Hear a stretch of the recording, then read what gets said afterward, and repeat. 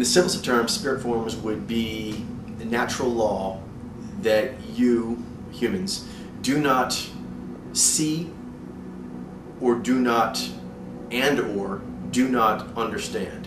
So basically, there are things that are affecting you, but for some reason, you don't see them, you don't note them. And if you did note them, like you observed them, but you didn't understand what you were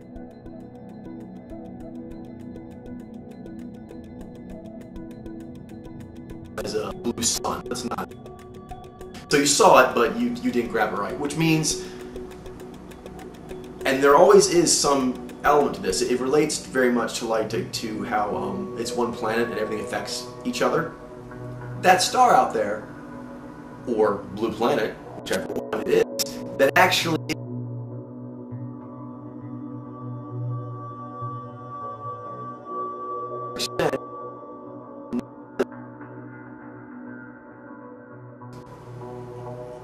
your ability to know these unseen things, these unseen and not understood elements that actually are affecting your life, but you're unable to grasp it. My spirits like to play with words. I'm an IG with an EGI other, so they like to do that. So you can think of it as spirit of forms or forms of spirit.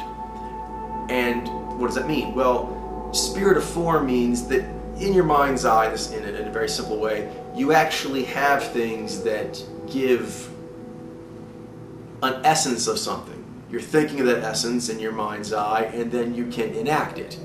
So where did essence come from? It comes from obviously processes of your mojo, but also other factors in the environment that you may not understand. Even perhaps ghosts of the past could be thought of as spirit forms, really, if they affect you and you are unable to understand it.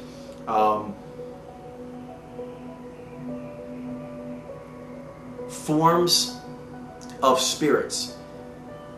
This is another side, which is when the essences come to you, they don't just come as like waves or such. They can, but as you get more connection with these deeper processes, and all the pod powers have that depth where once you go past a certain range, you consciously can't understand it. But it's still happening. So you have to have a rather spiritual relationship with those kind of processes. So when you're interacting, you'll note that they have a form to them, meaning that they personify. That's the best way to come at it. Is there's a tendency for the human psyche, the way we are built, to personify forces that affect our lives that we do not understand. And that's fine. That's important. That's a good thing. We just need to understand that that's what's happening. You may think, well, that's rather complicated. Yes, but that's the situation. And the situation just is that complicated. Like, but that's going to take up so much of my headspace. So we're talking about complexity and, massiveness, which brings us actually to the next question. Okay, different cultures all over the world, they define spirits, obviously a little differently depending on their lexicon, their mythology. But there's a few key things that are the same. And these are three that pretty much all spirits get, no matter how you define them. Number one, even in Podler's rather, sciencey way of defining spirituality, or our spiritual way of defining science, depending how you look at it. But the first quality, or one of the three, is intangibility. That seems to be agreed upon. Spirits are rather intangible. Even when they are animating a person's body, the spirit's not tangible. So that's a given. So all cultures pretty much agree on that, and I think people's minds go, yeah, that makes sense. The next quality is autonomousness, and that was hinted at. In fact, you can actually see these in the etymology of the word, which is a spirit of forms, meaning it's the idea or the influence of something, but it's not the actual thing or not something you can touch. So it's intangible. Then there is form of spirit, meaning it likes, when humans have it, to personify into some sort of creature that you can interact with. The human psyche is designed, is built that way. So that brings in that element. The third element is autonomousness. When your muse comes to you, even when you're talking to your car, you go, what's going on there? And it's like broken. You know, you got to talk to it. That actually helps activate your spiritual processes. So you need to ascribe, and there is a autonomousness, as we'll get into in the lexicon of them, to different spirit forms, and you have to interact with them in that way, even though it may feel like it's weird to do that to something that's inside you. Spirit forms are often inside you, and there's also spirit forms out here, so it may feel weird to do that to things. But humans are wired to actually think in those terms, as long as they don't mistake themselves and actually think. For example, I call it Mr. Gravity. When I think about Mr. Gravity, I like it better. Like, my mind gets activated more, it makes more sense to me, I get more into it, I feel a bond with gravity, and also I feel more cool of how much power gravity has over me, because I call it Mr. Gravity. Now, as long as I am fully aware that gravity is gravity, that's fine. So you want to take advantage of the human evolved wiring that allows us to think in these kinds of terms while understanding that's what's going on. Third quality is extremely complex and massive, which is another reason why you can't get it. So the first reason you can't get it is it's intangible, you can't get your hands on it. Second reason you can't get it is apparently gravity, or your Daryu, or anything else, seems to have a mind of its own. So that's another reason why you can't get it, because it won't let you. And a third element is you can't get it because your CPU just can't process it. That program is so huge or so complex, you just can't run the software for it, at least not yet. And until you can, that phenomenon is still happening, but your CPU is not able to process it. Does that make sense? So intangibility, autonomousness, and extremely complex and massive is the third one. Okay, gravity would be an example there. So gravity has an effect on me, regardless if I'm aware of that or not. And once I am aware of that, I can petition natural law, gravity in this case, to help me out. That may sound funny, but if you think about it, you really are sort of praying to it. You're trying to. There's some sort of deity, a thing, gravity here. I'm personifying that now, but it does have a tremendous sway over my life. It's all over Earth. So I have to ask it questions. For example, this is sounding kind of goofy right now, but this is, if you think about it, totally true. You're thinking, hello, oh, gravitational greatness. I would like you to grant me magic powers. I would like you to grant me the ability to fly.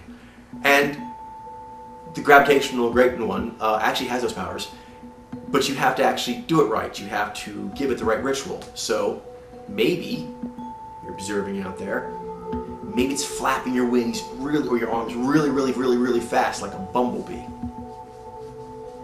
Or maybe it's attaching like more wing-like things to yourself, like a glider, to be more like a bird.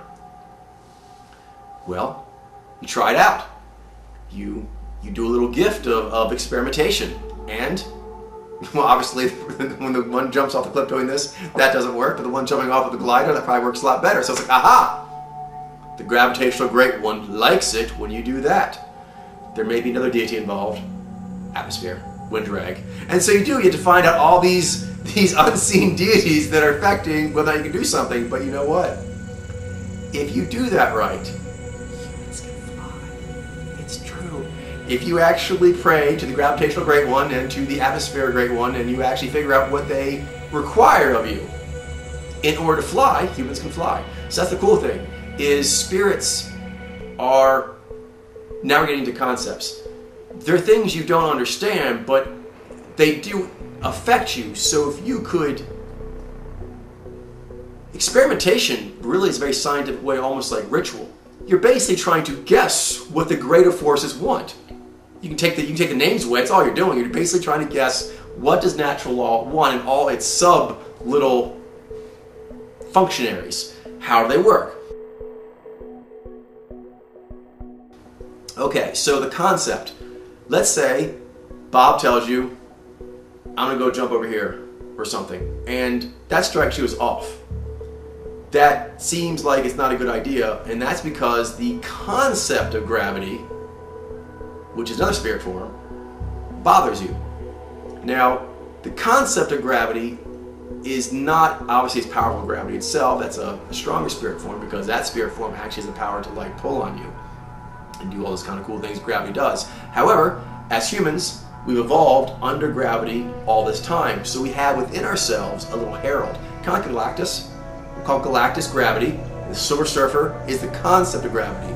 It's that little thing in your head that says, you probably shouldn't do that because my boss, gravity, won't like it. You know, kind of warns you that, yeah, the big man, he'll probably ding you for that. So Bob says, we're going to go do this, and your inner Silver Surfer, concept of gravity says, yeah.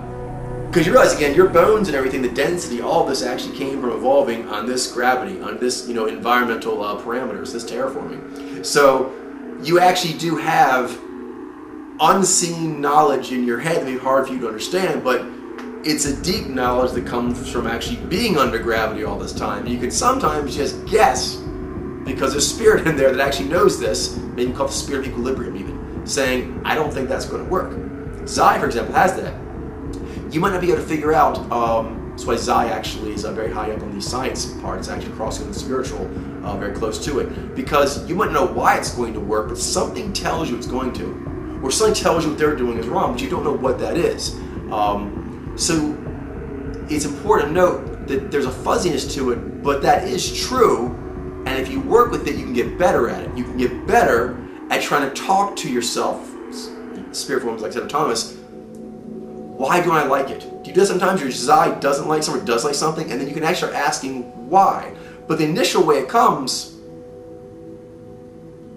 it's just there as sort of an intangible thought, and it is preempted not from you. It sometimes feels like, this is key, like Nai, my source power, or Zai, his source power, there's a way more of it that's unconscious than conscious. So still things that kind of just like show up like, hey, we should do this. You wake up in the morning, your Zai all of a sudden has a bug up its butt to go do this. It just, that happens. So that's another kind of spirit form in the pod way of looking at things. If I am aware of gravity, both because I was evolved under a gravitational pull of Earth and I have lived, for however long I've lived, with the rules of gravity all around me, there builds a little construct in your mind, we'll call it gravity man or gravity woman, that is the most aware thing, way more than your conscious mind, of how gravity freaking works. And when someone else starts doing something or suggesting doing something that offends that creature will present itself and go, I don't think it's a good idea. That gravity doesn't work like that. That person is not understanding how gravity works. I know gravity.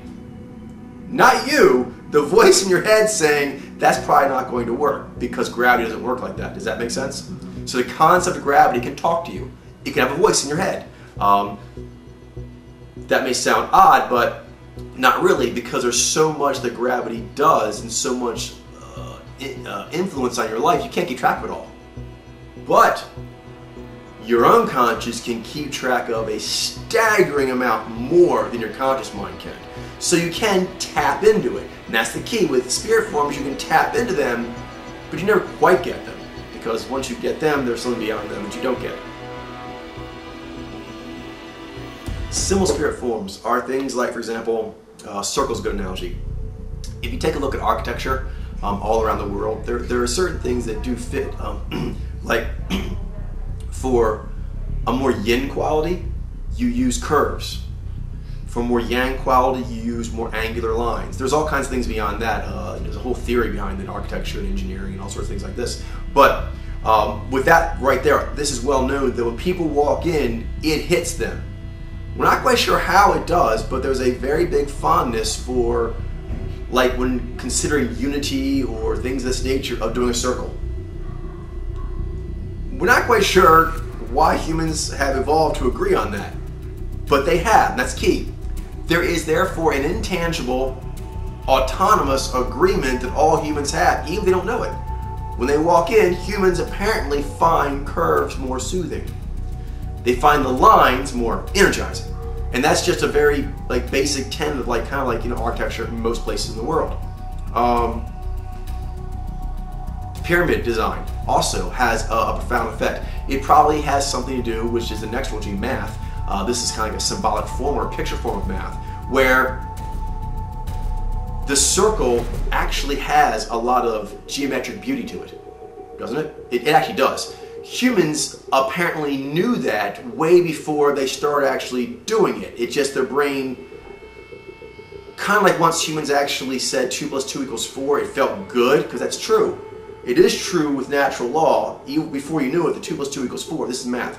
So we kind of do math and symbols together, because one's really kind of a written form and one's a picture form, where you are trying to encapsulate something that's just too big or too universal for your conscious mind to hold. But it influences all the time. For example, artists and architects are constantly influenced by that curving desire of humans, and also the angular desire, and also the pyramid desire. Why? So circle, the square, and the triangle. Anything that actually has such a direct impact on the psyche, but you can't quite put your finger on it, is going to count as a spirit form. So symbol would count. Math also. You do calculations for astronomy, and your math is a little off, you have offended the math deities. And therefore, they'll punish you by making your work, however much percentage you were wrong, being that much percentage weaker, being off. You have to appease the math deities by saying 2 + 2 = 4. If you say 2 + 2 = 5, it will smash you. It will wreck all your calculations and all your constructs that come from that. And that's how you have. And so if you're ever wondering, I don't serve the math. Yes, you do. Try and actually do 2 + 2 = 5 anywhere in your life and see if you don't get your ass handed to you by natural law. That's a very good way of saying it. Back to the beginning, like the basic concept.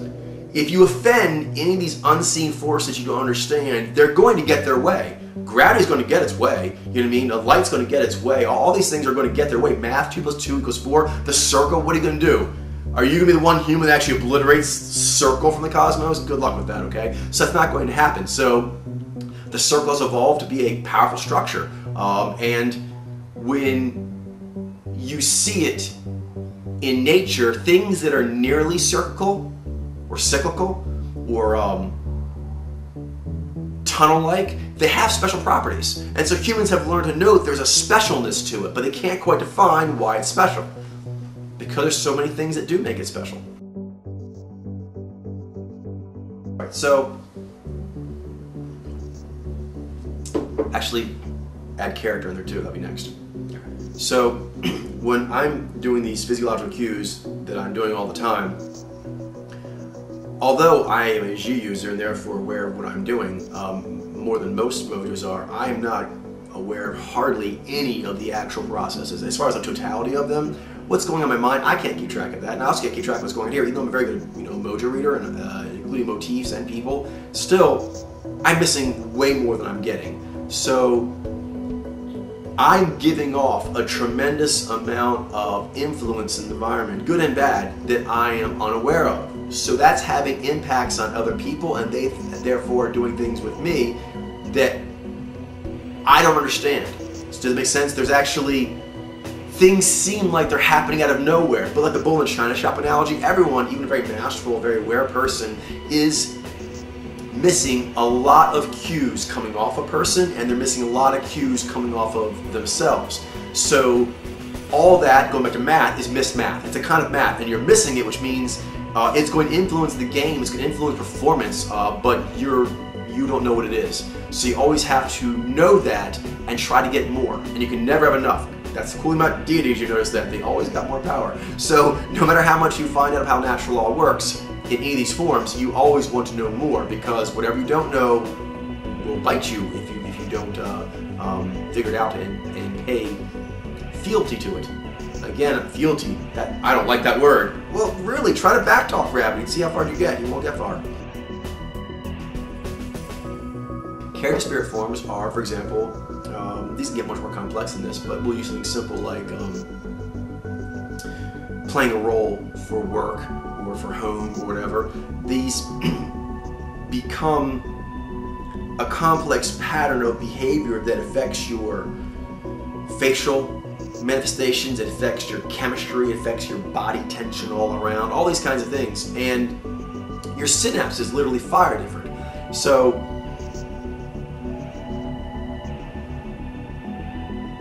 when you inhabit that character, the upside, and this is why, we'll get later on why spirit's so cool, but that allows you to do things better than say, a standardized version of you. There's this other version of you, the at-work version. You know what I mean? For example, you go to work, and maybe it takes a moment to get acclimated. And once you get acclimated, you shift. People know what this is. You shift into this like other kind of character that can do that kind of work better than the normal you. But that character is not there automatically. You have to like request its presence. You have to do certain things with the mouse. You have to set your screen up, have your coffee ritual, and all of a sudden you get into it. Prize fighters, they do various things, and oh yeah, I got you now. I'm in that mode. And it wakes up that character. That's very cool, but the thing that comes in again is, what is this that's animating you differently? Intangible. Autonomous. When I get in more this mode, or any human does, there's a lot of processes that come as a totality of that, of which some of them I'm aware. More aggression's coming up, different things like this. I'm not going to be able to, I don't control that, of course, but there's a lot of processes that are happening autonomously. I'm sort of like inhabiting, like, like a mech, like a mechanized thing. I'm going into a mech, which makes me cool, but it also means my powers now are reliant on the suit. Like the Iron Man suit I choose to go into actually has a lot to do with what I can do, because the suit has a lot of, autonomousness to it. It does what it wants to some degree. You know what I mean? Like all of a sudden, danger, the Iron Man suit just takes off to Idaho. And you're like, don't do that. And the suit's like, well, until you figure out a better idea to do, we go to Idaho when that happens. So it has its own protocols. Just like a prize fight. Like, why'd you do that? Well, when a guy moves his head like that, I do that, or I shoot a low single, or whatever. Like, it has a mind of its own. You're like, that sounds scary. Any elite athlete will tell you they had that. They had this different character, and they turn it on so they can do that better. Well, they stay like that all the time, because that character wouldn't be good all the time. It's only good in that situation. So when it happens, that intangible thing happens to them, and it has a lot of autonomousness to it, but the cool thing is, it is very massive and complex, kind of like a program running temporarily, that can do a certain activity better than the standard you. Anytime you are giving off the cues, for example, I mentioned that I was giving like a one-to-one, which is me to another person. But you could bring in a third person, and when that happens, all of a sudden my energy shifts, their energy shifts, and there's a tremendous amount of difference in all of us, yet none of us are touched. No one's touched anyone, nothing has technically happened different, but there's a whole bunch of signals coming off them and also energy fields coming off them that I am registering. That's a kind of spirit form, but I don't understand it exactly. I can't see it or hold it, even though I'm very good at reading. I'm missing more than I'm getting. And there's a math. So this goes back to the math thing again. As a third person comes in, a fourth person, a 20th, an 800th person, the math keeps changing. Imagine like a massive math problem that was really complex with one human. Then you put in 2 humans. Then 3, and every time you add another human, like the possibilities just staggeringly go from there. There's no way the human mind can hold that, but it's still happening. And you evolved to know it's sort of happening. That's why you have mojo reading as a native ability, and you know social alchemy natively. So it does affect you, so it's a very good idea to try and ask or listen to these hidden forces, to try and ponder what are these maths that I'm missing, because particularly if it comes up a lot, that's the my deities. For personifying, it generally is a good idea to go for deities in spirit forms that actually affect your life a lot. So these social alchemies of your life, notice that.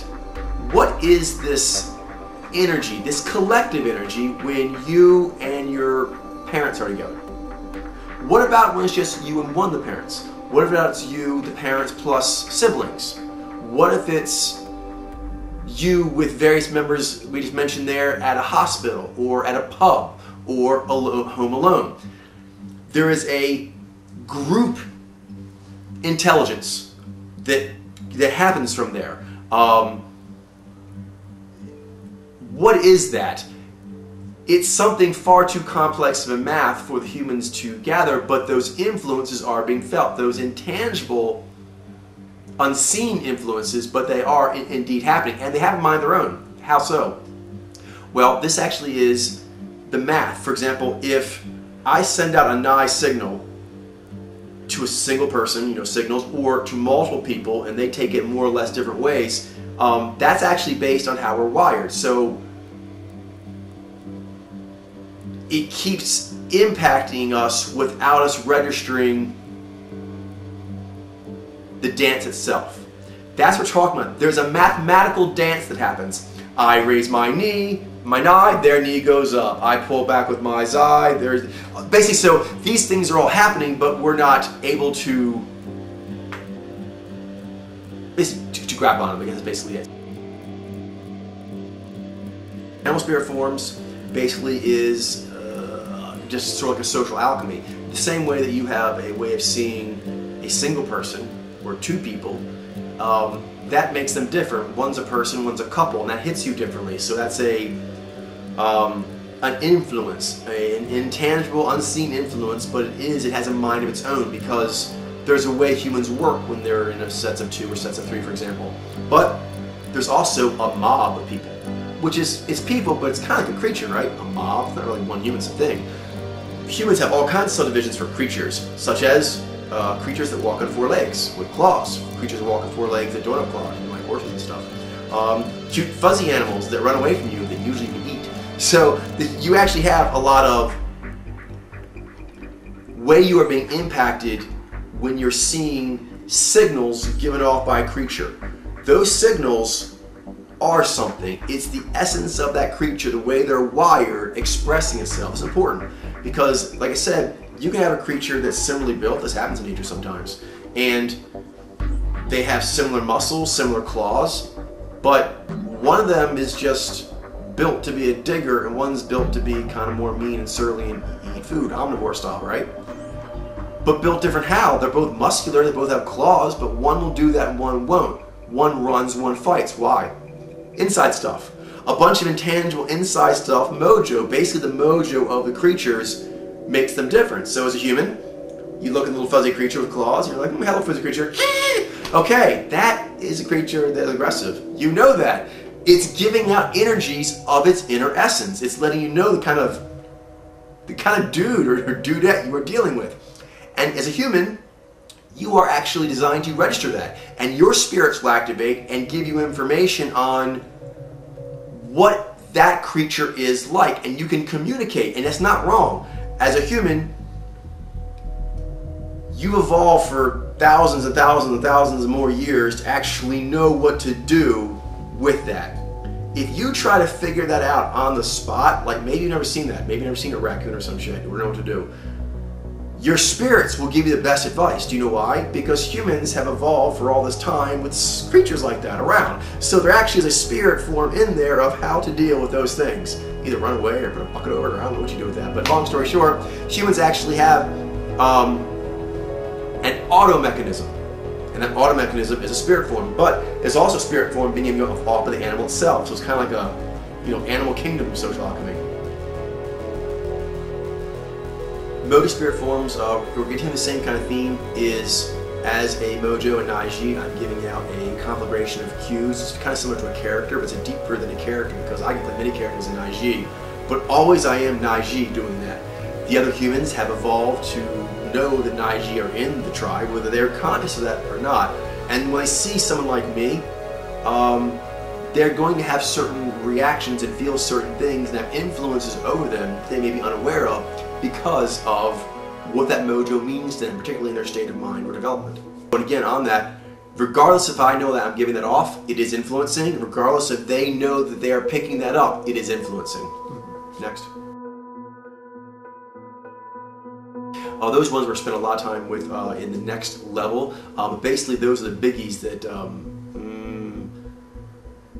they're kind of like character spirit forms of the unconscious, but they are the most efficient, the most meta of all the spirit forms that you can dialogue with. So they're the ones that you'll want to get really, really familiar with, because there's so many spirit forms you're noticing here that to try and actually communicate with all of them would be very, very difficult. It's actually easier to start with the elevator ones, because those are like your best friends. They're your biggest hitters, and you can kind of touch everything else from them. Those like the Mazut, the Daryu, the Other, the Fumas, the Shiny Baby. You probably hear those terms a lot around here. That's elevator spirit forms. Okay, so in social alchemies, we're talking about kind of signals going back and forth, like mathematical, sequences. We can expand that out to sequences that take up a period of time that you would call like a vignette or a motif, like a funeral ritual, the whole thing. So that's like a motif. Humans are designed to actually, again, register that. For example, you see a bunch of people mourning. Their group mourning, besides individual mourning they're doing, which will also get you high powers and social alchemy, the group itself, that's a lot of people mourning something. There must be something profound. It must be a very important person who died, or someone that people cared about a lot, or this is some sort of special occasion, because that's unusual. As a human, you're built to actually register that. You don't know what exactly you're registering about it, but there's a spirit form for group sorrow. So that would be there. A motif of group sorrow ritual, a group sorrow ritual. Humans have been doing that for a very long time, and there are even animals that do that. Elephants, for example, and other higher animals actually have group sorrow rituals. And the animals don't seem to be understanding themselves why they're doing it, but they have a need to do it, and they do certain things, and when they do it, they feel fulfilled and they can move on more empowered. That's classic spirit forms. You don't know why it's there or how it's influencing, but you know it is. You need to figure out what to do with it so that you can move forward, because it has some sort of greater power over you. Weird spirit forms is when you read textual words, there's several spirit form qualities to that. First is the fact that it can be written by a person far away, and then you read the words at a great distance away. Also can be a great distance in time. You read it after a person has died or something. So you're being influenced by a mind that's no longer here. You think about that. So basically, like, their mind has continued through time and is now influencing you. The intangibility of that is the mind that created it. But as you read the words, you're able to get more about the mind of the person than just the words themselves. All humans can do that. What is that you're getting? It's some sort of greater essence. No matter what the literal words were, there's always some extra meaning. And that extra meaning is hitting you. And if you can figure out how it's hitting you, you can use it as power for yourself. If you don't know how the words are hitting you, but you feel hit, for example, or maybe not even aware of it being hit at all, it's influencing your power, it's influencing your mood, but you don't know that. So that may throw, again, the concept of feeling powerless towards spirit forms did not mean powerless. You have to register that these things have influence over you. So, for example, when you're reading words, asking yourself, what is this effect it's having on me? What is this essence that's coming through to me? Because if you don't, you actually have power over you, because happening you don't know. If you do know, then, oh goodness, it allows you to try to commune with it, to try to do something with this influence, or perhaps say, I don't want this influence on me. You know what I mean? So it's very good to be aware. The more aware you are, the more heroically proactive you can be with forces that are difficult to actually get a handle on. But the more you can do so, the more you'll be able to know how things work. You'll be all spiritually confident, because more of the world makes sense. This may sound very complicated and whiffy, but this is simply the way it works. And so if you actually understand the spirit flame process that humans have, a lot of the most complex, massive, autonomous, not your autonomy, something outside of you, and intangible elements of life will become more clear to you, as clear as they can be. And there will always be stuff that will not be clear, and you have to keep trying to petition these greater forces to show themselves to you and what they want in order to help you out. Artifacts, this is kind of very similar to like the symbols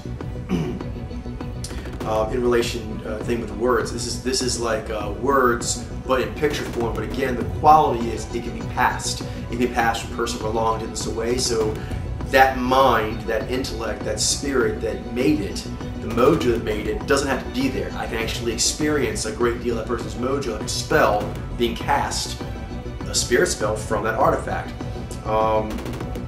Also, back in time, it can be a person who's no longer here. So, when that happens, there's that influence coming off of it, but again, your own spirits within your own psyche will come forward and give their opinion of that. They will reach to meet. So always things are coming off spirit form signals, spirit form essences in the environment, and then you are registering what your spirit forms, your unconscious stuff is giving you. Because I'll just jump ahead to Act 3 real quick, is the thing the spirit forms have is truth. Truth is what makes them so spiffy. So the spirit forms in your psyche, the spirit forms of gravity, all this kind of stuff, they have one thing in common. They're true.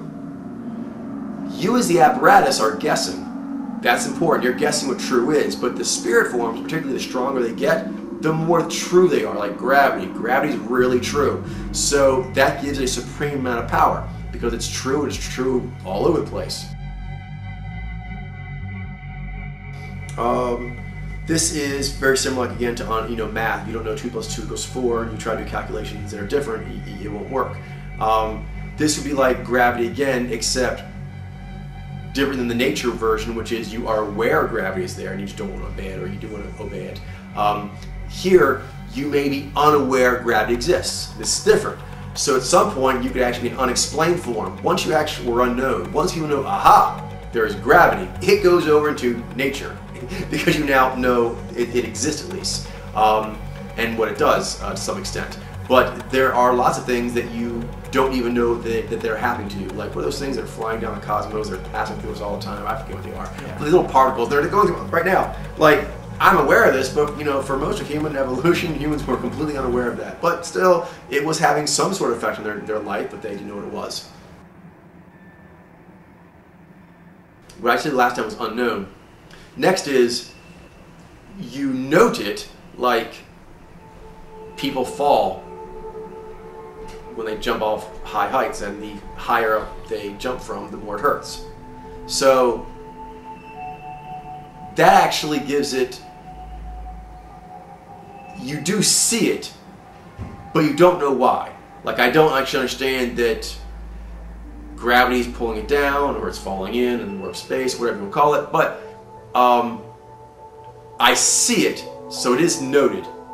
But still, I don't know why it works, and all that I don't understand will influence me without me being able to get at, being able to see or to understand why things are working beneficially for me or not beneficially for me because of these unseen forces.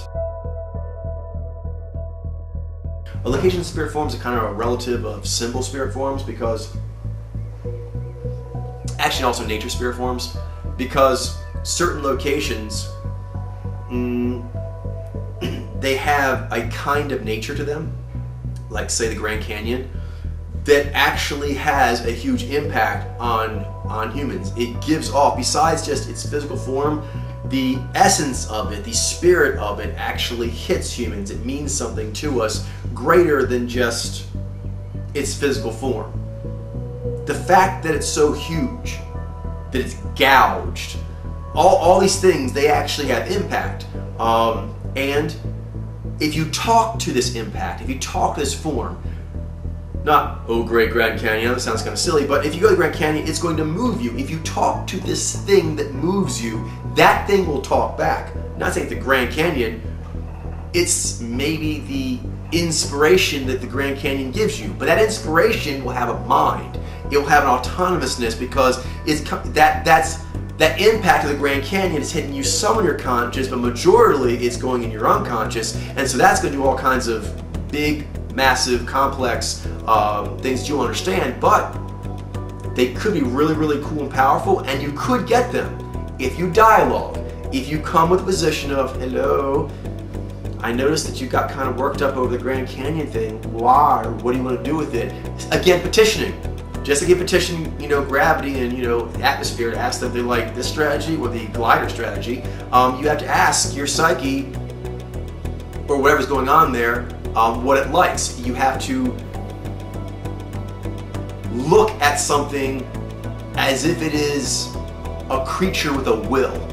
Because gravity has a will. It sounds weird, but actually humans helps a lot to personify these things, because when you try to figure out what does gravity want, it sounds weird, but a very high level math takes place there that actually is so large, it's difficult often to do in the conscious mind, but it's a very powerful form of math. Palace spirit forms are basically congregations of humans. I kind of can highlight a little bit of it in, say, the social alchemy and motifs, because it is kind of growing from there, and actually also the locations and structures and things like this, is when you have a home, it's like a structure that hits you, that's like the kind of basic polis, that's like a structure that houses multiple humans. That structure has an energy to it, the energy of the people who live there, who died there, the activities they have going on, all that is coming out of there. Now you make a town, you make a city, you make a state, a region, a country. These have a character, back to character spirit forms, like the French character. It does. It has an influence over all French people to some more or less a degree. Maybe some French people feel like, I don't really feel like that's me. They're actually disassociating themselves from that spirit form. Maybe many of the others going, yes, that is me. I identify with that. That power that influences many French people, it does influence me. But you'll have to actually say yes or no, because it is there. This French spirit, this French nationality, or anyone who has any culture. Our spirit forms kind of combine a lot of things like symbols and math and writing and so forth. Is anytime you express something where you're taking in more, you're being influenced by more in size and in complexity than your conscious mind can handle, but it is having a great effect on you. You can ask the spirits of the art, of the artist who did it, what are you trying to say? Because that is an expression of a mojo trying to say something. So for that reason, you can take it out because a spirit was projected into it. The artist projected a spirit into it, which means you can try and pull that spirit out and talk to it. Then your spirits can react to it, a reactive spirit within you, and you can talk to that spirit of, why am I reacting this way? How do I feel about that and why? When you do that, trust me, when you're being hit by a spirit coming out of art, if you try to figure out what's going on there with your mirror apparatus, you will fail. You need to, for example, maybe the thing comes out and hits your Daryu, your dark side or something like this. If you try to understand the spirit coming out of that painting from a basic conscious scientific point of view, you won't be able to understand it. You actually have to go in to your psyche and go, why is this, what's this weird feeling? You make Daryu go, it's creepy. And so you actually start talking to part of yourself that gets scared. And you do understand much greater now what this spirit has, and you really feel it. You would actually either be affected by it in a bad way that you didn't want, or you would be affected by it unknowingly. So actually you needed to kind of summon the spirit out of the art to know what it was, and then summon your corresponding spirit from yourself in order to dialogue and figure out how to do it. Sometimes I do that, for example, like I don't like looking at like horror movies and things like that, but on the few occasions that I've unfortunately been forced to watch that, or whatever, or pieces of it, it's sending out kind of like, Daryu kind of spirit forms, and so I can summon my own fear spirit form and battle that. I can battle that in my mind so that thing has no effect on me. I can do like a counter spell of the spirits coming out. So it sounds crazy, but it does happen because it's having a very complex, massive effect on you, and you need to boot up your programs that are built to handle that kind of massive, complex shiz. This is basically really going backwards a bit as far as like, well, not backwards, it's getting more mathematical as relating to the Enlightenment elevator and things of that nature, because it has a lot to do with, say, the other, the unconscious genius, has a lot to do with the other, but you can simply talk of it as that voice in your head. So for those who want to call it that, it's fine, but there's no way around it. You're talking with things in your head, and these things, most of the great scientific breakthroughs actually came from people actually having like conversations in their head. Not sciencey, like a conversation, almost artistic, spiritual. A spiritual conversation, definitely profound, that just gives you the answer. You just get answers. You just get extra energy to push that extra mile to do things. These things come from your spirits knowing that that's what needs to happen. So basically, I can't really go on too much there because it's basically like a lot of the spirit forms are in there, but you can, if you want, simply think of it as your inner voice. If you want to get any more than that, just your inner voice, but you have to recognize your unconscious, that when you wake up in the morning from dreams that you don't remember, you have progressed. You actually had dialogue. You have an influence. You may be in a better or worse mood from things that happened through that experience. So all of that is having a tremendous amount of impact on you, but you don't understand it. If, for example, you do maybe dream journaling, things of this nature, or try to figure out what's going on with your dreams, or whatnot, or notice what media that you watch gives you better or worse dreams, you're kind of like dialoguing with these spirits because they kind of have their way with you when you go to sleep. So does that make sense? Like when you go to a test, I'm sure you've had this, Jonathan, where sometimes you're in the groove and sometimes you're not, and you kind of say to your brain, come on, give it to me, give it to me, give it to me, give it to me, right? And some days it's better than others, right? Some days that unconscious part of you just gives you more stuff than other times. So you can actually notice, oh, you know what it is? I like it when I do this kind of thing when I'm taking that test. And when I do that, that part of me, that autonomous, intangible part, gives me more stuff. And when I don't do it like that, I don't get as much stuff. So you do again, if there's a fealty thing, you're like, I don't want to do that. Well, you won't do as good on tests then. So, you know, it's your choice. So, when it comes to unconscious genius, when it comes to, gravity and so forth, you can get uppity, but you're not going to win that. I mentioned it before. What's so great about spirit forms is they are true. Gravity is true, regardless of humans thinking it's true. If they want to deny it, if they want to be unaware of it, if they want to ascribe the great Woogie Woogie monster makes gravity, or anything they want, it does not matter. Gravity is going to do what it's going to do because it's true. My concept of gravity is true. 2 + 2 is true. These things are all true. So there's only so much truth that the conscious mind can hold. However, more is better. And spirit forms have the advantage that they are outside your current scope of truth, but technically they're never wrong. All these spirit forms have no problem talking to one another. Gravity with infrared, with 2 + 2 = 4, with the way that mojos talk to one another and social alchemies, that all fits. The only thing that doesn't fit is what the conscious mind knows, what it perceives and what it discerns. Does that make sense? Mm-hmm. So for this reason, give it 2, 3 things, is it's smarter than you, it's stronger than you, and it's more sacred than you. And you need to accept that. If you want to be a badass with your apparatus, because it sounds like you're being kind of like, ooh, subservient. No, you need to know your role as the steward in the psyche, that you are the small, conscious spirit form in the much larger pantheon. So you have a lot of authority, but energetically, you're not that high up. So as far as being smarter, as mentioned, anything outside of what you can see, grasp, that has a way of talking with you, dialogue. You're falling off a tree, gravity's talking to you, but you don't understand it, so it's having an autonomous will over you that you can't fight with.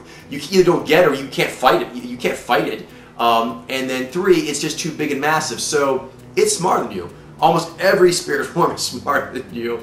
The apparatus, its job, one of its main jobs in life is to get enlightened, because it doesn't start off that. You know what I mean? Gravity, it's perfect at its job. Do you know what I mean? So photosynthesis, I mean, it's perfect at its job and getting more perfect every day. So there's a ton of really perfect, awesome stuff going on that we don't get, and it's up to us to get as much as we can that can help us out in our life.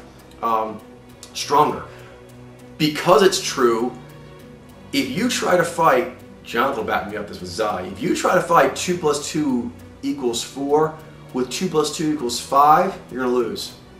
If you, 4951, say, 2 plus 2, that's a truth, and you say, no, it equals 2 plus 2 equals 4.0000000000000 blah blah blah blah blah 1. You're still gonna get your ass beat.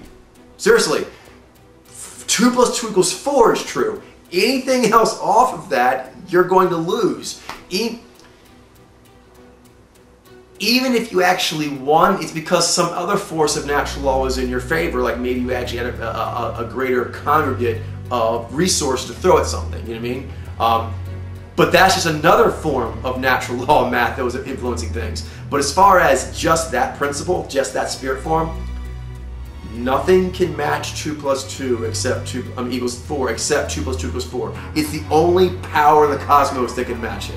Anything else is going to get its ass into it, period. Okay. Oh, and last, sacred is, as the apparatus, I have to understand that as important as I think my role is, actually, in the symbols term, my shiny baby and other things are more sacred than me. For example, this may sound hard to admit, but evolution is more sacred than me. Because it made me. It made all kinds of other stuff, and I'm just one of the many, many things it made, which means be honest now, don't spare my feelings. Who should be more scared of pissing off? Me or evolution? What if you really loved me and we're like really close and shit? Would that change anything? No. Evolution holds greater sway. It was here first. Does that make sense? So it was here before humans. All these spirit forms, almost all of them here, even the ones you evolved with, were here before you, the apparatus. The apparatus, which notes all the spiritual stuff, it was only here mainly in this lifetime. Your mojo's been here before then, but that specific part of you, just this time. So